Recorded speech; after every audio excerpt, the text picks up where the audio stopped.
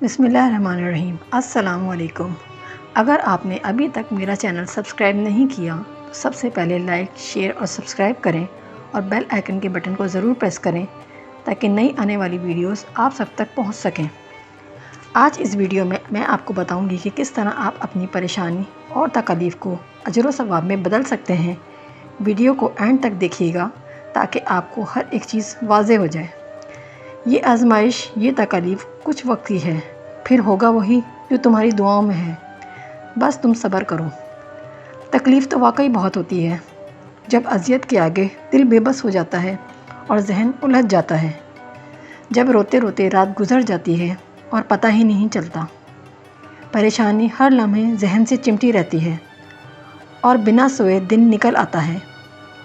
तकलीफ़ तो वाकई बहुत होती है, मगर ये मत भूलना, ये इम्तिहान है, एक आजमाइश है। अल्लाह की तरफ से आजमाइश है जो वक्ती है। इस दुनिया में जिनसे वो मोहब्बत करता है या जिनको वो हिदायत के रास्ते पर लाना चाहता है, और जो लोग साबित कदम रहते हैं, वो पा लेते हैं अल्लाह को। नबी करीम सल्लल्लाहु अलैहि वसल्लम ने फरमाया, मोमिन का मामला भी बड़ा अजीब है। अगर उसे कोई तकलीफ़ पहुंचती है तो इस पर वो सब्र करता है, और कोई नेमत मिलती है तो अगर वो इस पर शुक्र करता है तो दोनों सूरतों में अल्लाह उसे अजर अता करता है। और ये शान सिर्फ मोमिन की है कि वो मुसीबत पर सब्र करे। बल्कि फ़रमाया कि मोमिन को अगर कांटा भी चुभता है तो उसका भी उसको अजर दिया जाता है, उसके गुनाह माफ़ हो जाते हैं, दर्जात बुलंद कर दिए जाते हैं। लेकिन ये मशरूत है उस तकलीफ़ को सब्र के साथ बर्दाश्त करने से।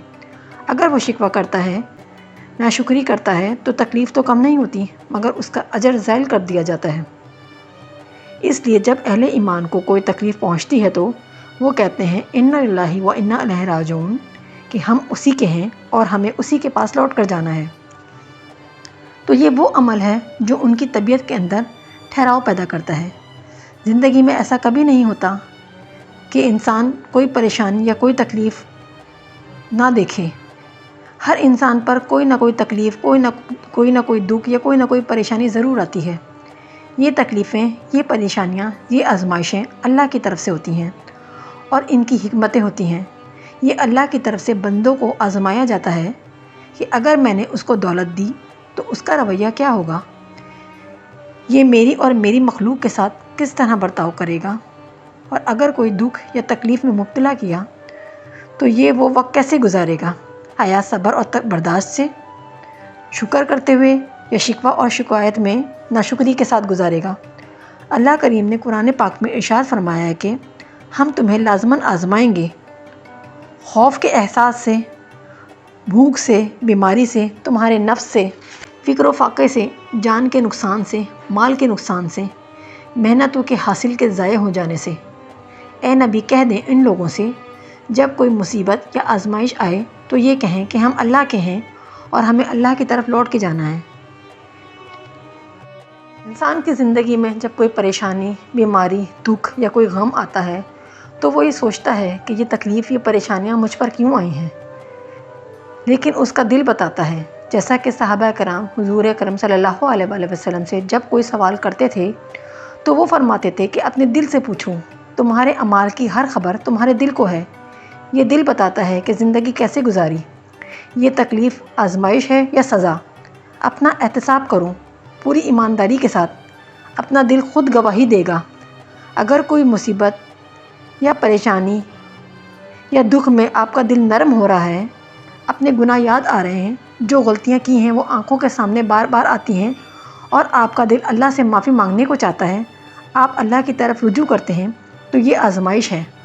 और अगर किसी तकलीफ़ या परेशानी में आपका दिल अल्लाह की तरफ माइल नहीं हो रहा तो इसका मतलब है कि यह सज़ा है। हम अक्सरियत दूसरों पर आई मुसीबत को अल्लाह की तरफ से सज़ा मानते हैं और ख़ुद पर आई मुसीबत को अल्लाह की तरफ से आजमाइश समझते हैं। मुसीबतें इंसान को बेदार करने के लिए आती हैं, ना कि परेशान करने के लिए।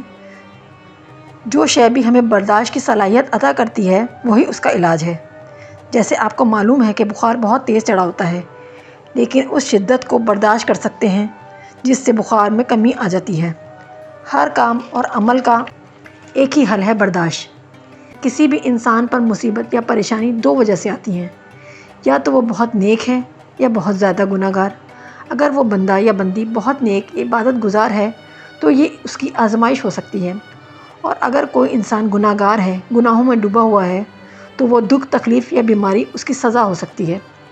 قرآن پاک میں اللہ سبحانہ تعالیٰ نے ارشاد فرمایا ہے کہ تمہیں کوئی بھی گناہ یا تکلیف پہنچے تو وہ تمہارے اپنے اعمال کی وجہ سے ہے، حالانکہ اللہ پاک بہت سے گناہوں کو معاف فرما دیتے ہیں۔ حضرت انس رضی اللہ تعالیٰ عنہ سے روایت ہے کہ نبی کریم صلی اللہ علیہ وآلہ وسلم نے ارشاد فرمایا کہ اللہ تعالیٰ جب کسی بندے کے ساتھ خیر کا ارادہ رکھتے ہیں تو اسے دنیا میں ہی سزا دے دیتے ہیں، اور اگر کسی بندے کے ساتھ خیر کا ارادہ نہیں رکھتے تو اسے دنیا میں سب کچھ دے دیتے ہیں مگر ہدایت چھین لیتے ہیں اور اس کے دل پر مہر لگا دیتے ہیں تاکہ آخرت میں اس کی سخت پکڑ ہو سکے۔ اس حدیث مبارکہ سے ثابت ہوتا ہے کہ اگر کوئی مصیبت یا دکھ، تکلیف آئے تو اللہ پاک آپ کے گناہ بخش کے درجات بلند کرنا چاہتا ہے، آپ کو عذاب سے بچانا چاہتا ہے، اس لیے دنیا میں ہی سزا دے دی جاتی ہے، اور دنیا کی سزا آخرت کی سزا سے لاکھ درجے بہتر ہے۔ گناہوں کی وجہ سے جو مصیبت آتی ہے تو حدیث میں آتا ہے کہ جب حضرت عمر رضی اللہ تعالیٰ عنہ نے حضرت عباس رضی اللہ تعالیٰ عنہ سے بارش کے لیے دعا کرنے کو کہا تو انہوں نے اس طرح دعا کی کہ بے شک اللہ، یہ مصیبت گناہ کی وجہ سے نازل ہوئی ہے اور یہ صرف توبہ سے دور ہو سکتی ہے، تو ہم تیرے حضور توبہ کرتے ہیں۔ پھر اسی طرح انسان قطع رحمی جو کرتا ہے، یعنی رشتہ داروں اور دوست احباب کے ساتھ تعلق توڑ دیتا ہے، یہ معمولی گناہ نہیں ہے، اور جو یتیموں کے ساتھ ظلم و زیادتی کرتا ہے، ان کا مال کھا جاتا ہے، سود اور حرام کام کرتا ہے، اس کی سزا اللہ پاک دنیا میں بھی دیتا ہے اور آخرت میں بھی دیتا ہے۔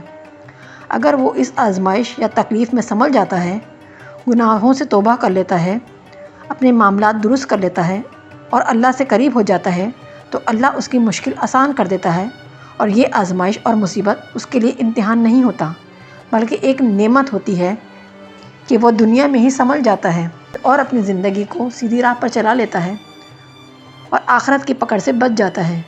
کچھ مصیبتیں ایسی ہوتی ہیں جن پر ہمارا کنٹرول ہوتا ہے، جو ہمارے اعمالوں کی وجہ سے آتی ہیں، اور اگر ہم اپنے معاملات ٹھیک کر لیں اور اپنے اعمالوں کو صحیح کر لیں اور اللہ سے توبہ کر لیں اور زیادہ سے زیادہ استغفار کریں اور اسے راضی کریں تو وہ مصیبت دور ہو جاتی ہے۔